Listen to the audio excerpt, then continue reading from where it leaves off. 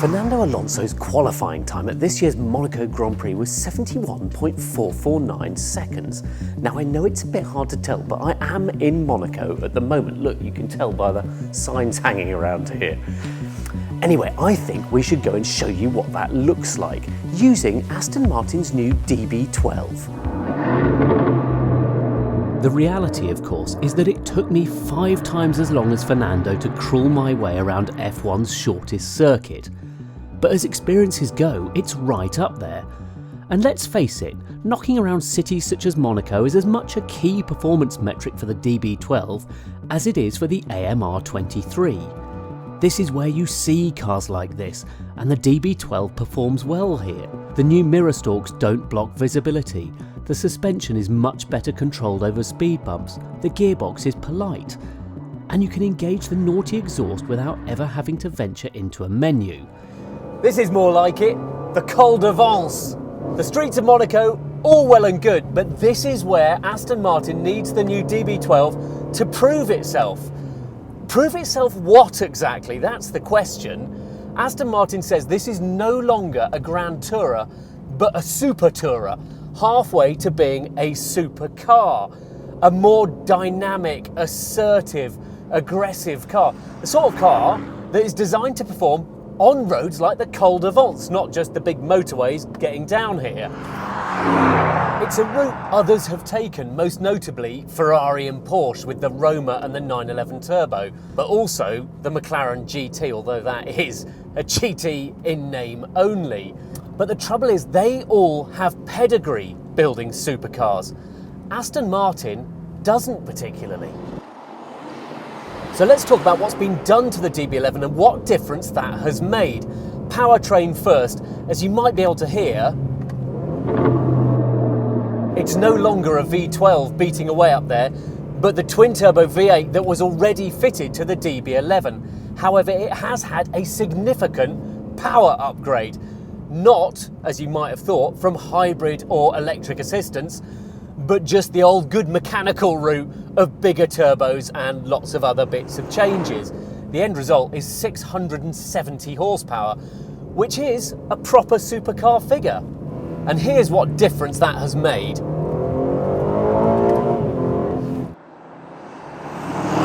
Once you're above 3,000, it really delivers quickly, immediately. There's no lag in it, and it hits hard. It hits supercar hard. I mean, it's a little bit heavier, but it does what it needs to do.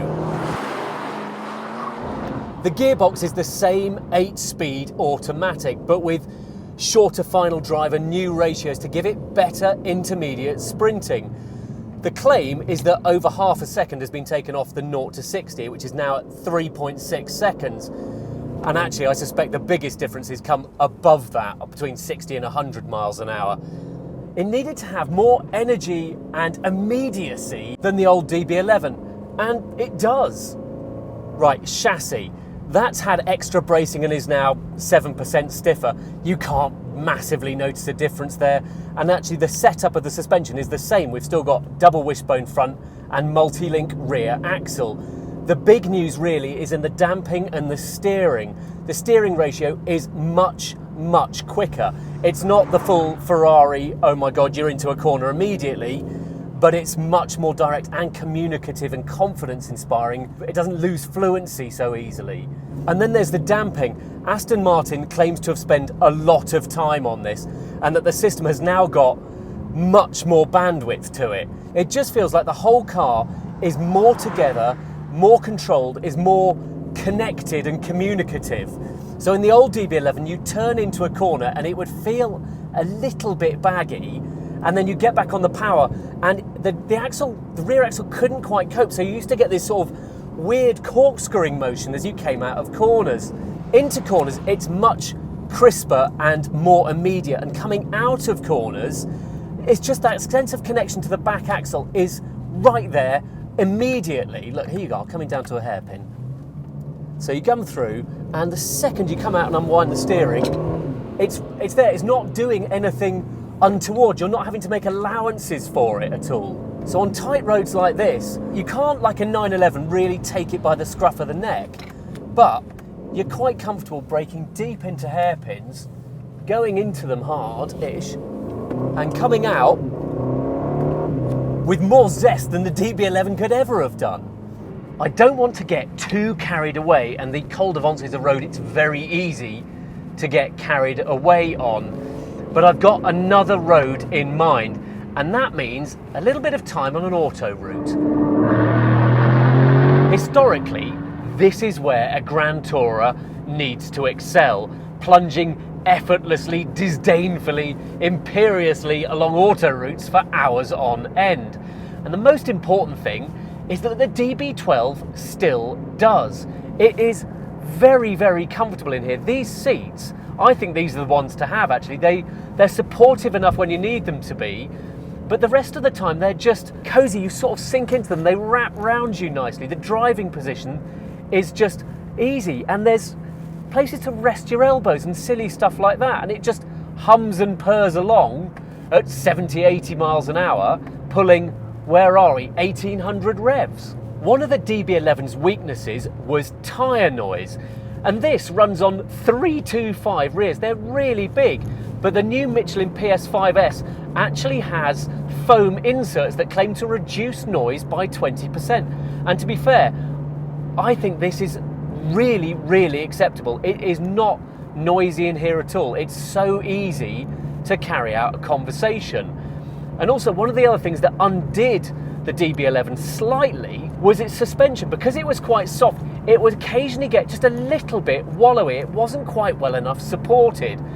And the DB12 has corrected that. It now just feels confidence inspiring. It just nails straight and true. You just sail along very easily.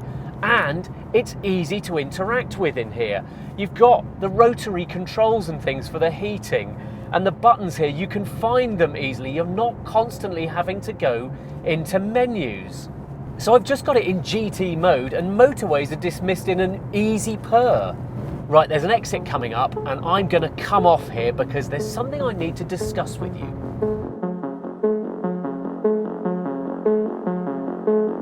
So yes, the DB12 handles motorways very well indeed.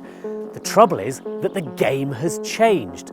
Us Europeans may look back and pine for the romance of blasting across Europe, but the rest of the world, which accounts for an increasing proportion of sales of cars like this, has never had that experience. They don't see this as a tourer, but as an everyday supercar, and they want a car that performs across a wider portfolio, that has more charisma, makes more of a statement.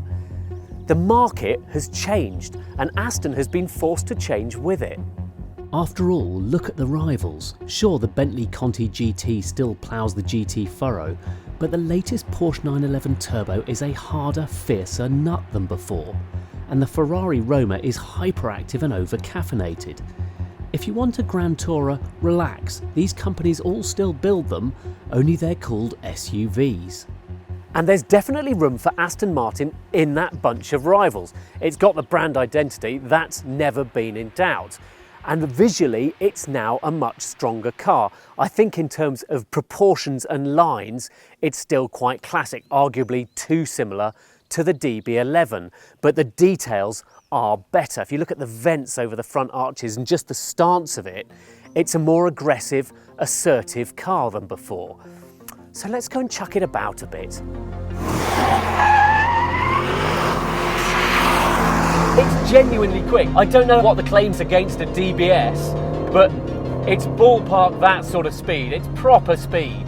These are the carbon ceramic brakes, and I'd like a little bit more feel from them, and also I'd like the gearbox to be a bit snappier on downshifts, and occasionally the body control just gets fractionally caught out. Yeah, the brakes are running a little bit long now, but it's the traction and the way out the corner and the confidence which just feels a new level for a DB12, for a DB car. Right, we're now in Sport Plus mode. It immediately feels more aggressive actually. We've just taken the dampers up one notch. It's even more incisive than it was, and actually I've got better feel for the back axle now. And even more noise, and I think this is a sort of new noise. It doesn't sound like a Mercedes V8 to me. It sounds like Aston. It's got that sort of edge of culture to it. Yeah, it charges on well. Okay, so what conclusions can we draw here? Is this a matter of incremental gains, or is the DB12 fundamentally different and improved? Aston claims it's the most complete and accomplished DB model in the firm's history. Put simply, no series production Aston Martin has dedicated itself so completely to setting new dynamic benchmarks. The styling changes don't go far enough. You could be forgiven for thinking this is a minor facelift, but it conceals an interior that's a big step on and dynamics that are borderline transformational. Okay, it's not as tense and determined as a Porsche 911 Turbo, nor as alert and hyperactive as a Ferrari Roma. Compared to them, it is still more Tourer than supercar. But that's not a bad thing. It's effortlessly composed and capable, carries speed cleanly. No, it's never going to do a 71.4 second lap of Monaco. But the links into the F1 team feel less tenuous now. Forza Aston.